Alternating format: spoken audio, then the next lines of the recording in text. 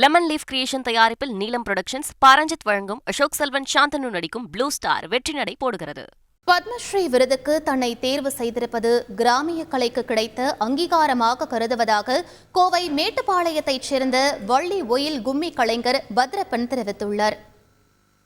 இந்த கிராமிய கலை என்பது விவசாயினுடைய கலை வடிவம். எப்படி உலகத்தில் முதல் தொழில் விவசாயமாக ஆரம்பிக்கப்பட்டதோ அதிலிருந்து அந்த விவசாயத்திலிருந்து பிறந்ததுதான் இந்த கிராமிய கலை.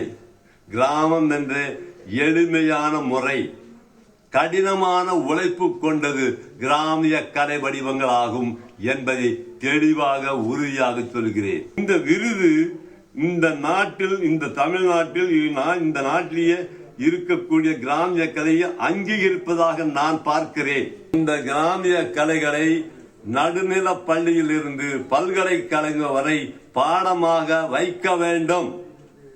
அது உடல் ஆரோக்கியத்துக்கும் உள்ள ஆரோக்கியத்துக்கும் நல்ல பலனை கொடுக்கக்கூடிய முறையாகும்.